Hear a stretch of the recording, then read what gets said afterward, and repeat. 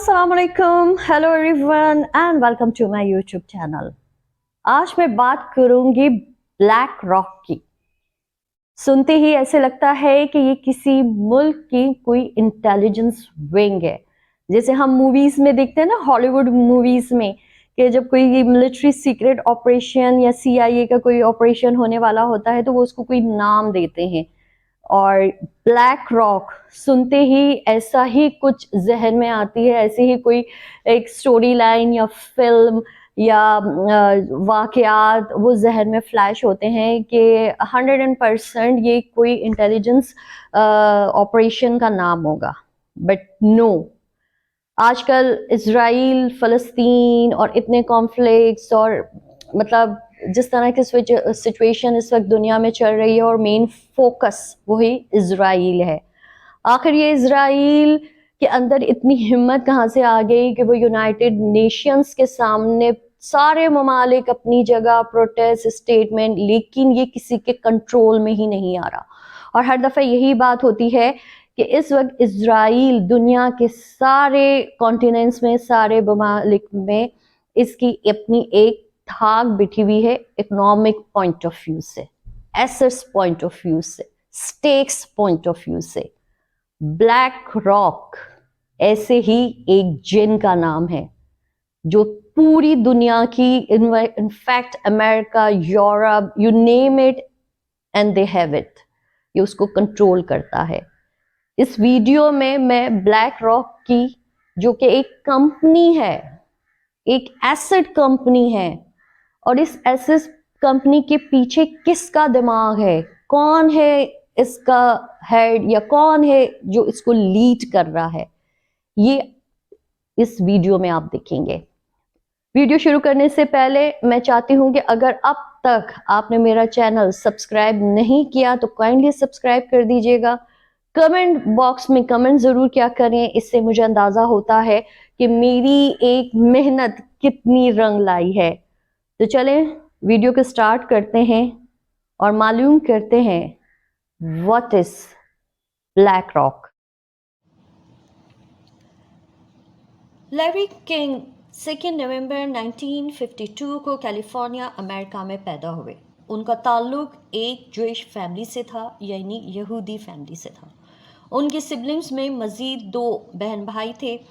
उनकी माँ लीला इंग्लिश की प्रोफेसर थी और बाप फ्रेड राइट का जूतों का स्टोर था।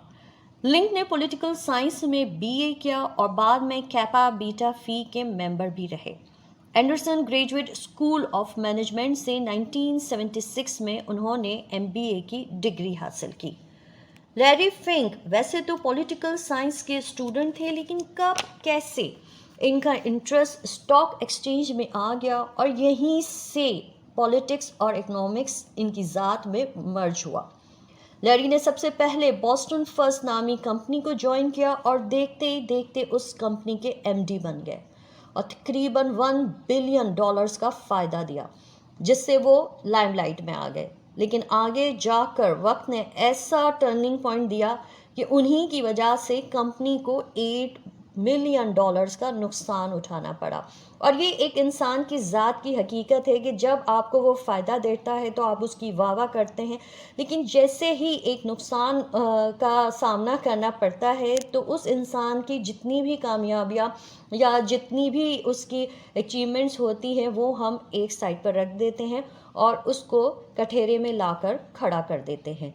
लेकिन ये नुकसान लैरी को कंपनी छोड़ कर जाने के बाद उसकी ज़िंदगी का बेहतरीन यू टर्न साबित हुआ। दरअसल उसे एक मिलियनर शख्स मिला जो उसी की तरह स्कूल ऑफ थॉट रखता था, उसी की तरह बहुत ज़्यादा मोटिवेटेड था। उसने लैरी को $5 मिलियन का क्रेडिट दिया और एक मौका दिया। लैरी ने ब्लैक स्टोन कंपनी को ज्वाइन किया और कंपनी को अच्छा खासा प्रॉफिट दिया।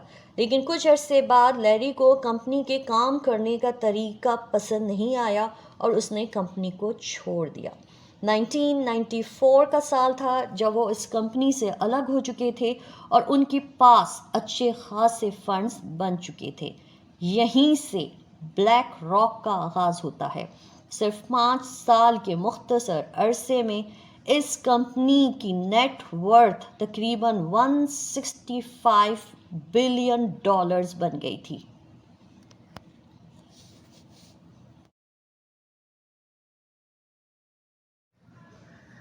अब आ जाते हैं हमारा असल टॉपिक यानी ब्लैक रॉक की तरफ। इस वक्त की कैलकुलेशन के मुताबिक इस कंपनी के पास 9.3 ट्रिलियन का नेट वर्थ है। जी हाँ, 9.3।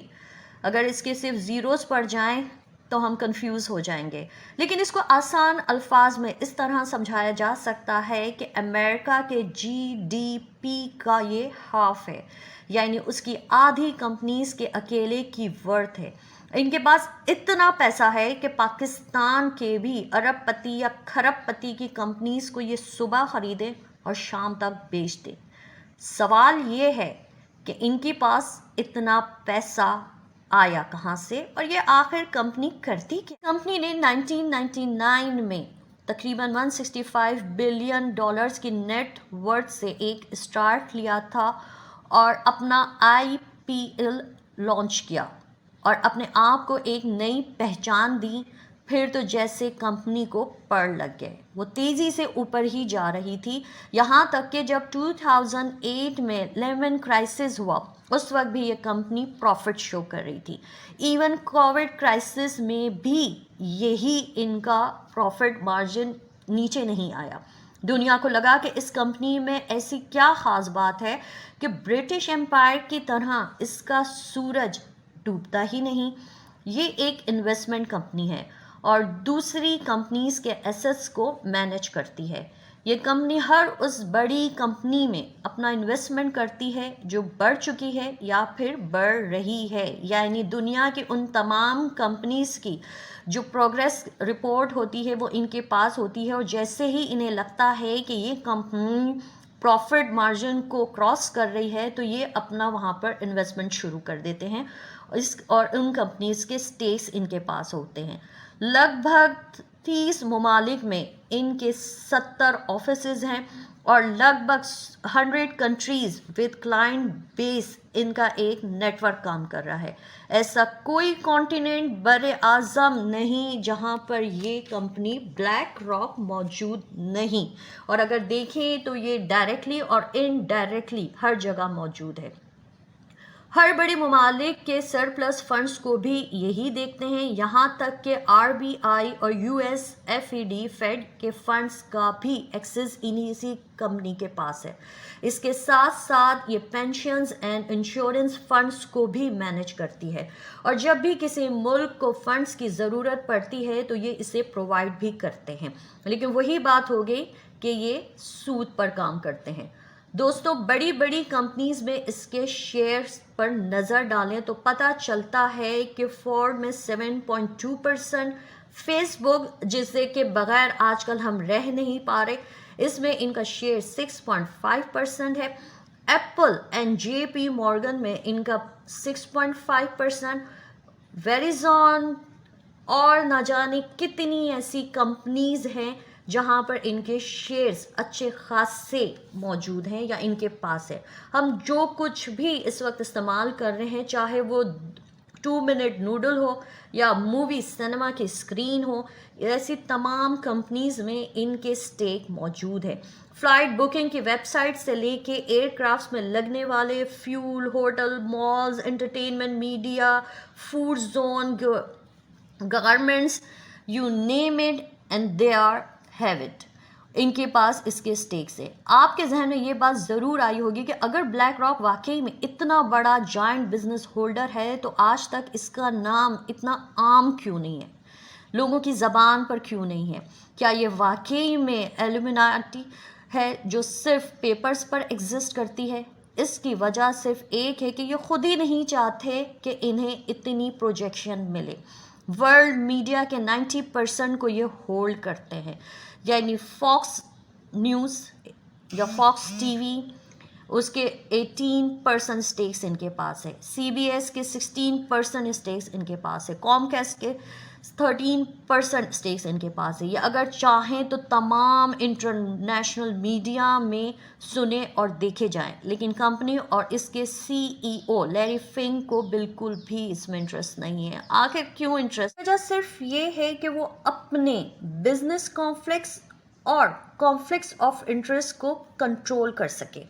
ان کا دوسری کمپنیز پر اتنا کنٹرول ہوتا ہے کہ ان کمپنیز پہ آنے والے کرائسس کی وجہ بھی یہ ہوتے ہیں اور ان کرائسس کے نکالنے والے بھی یہی ہوتے ہیں.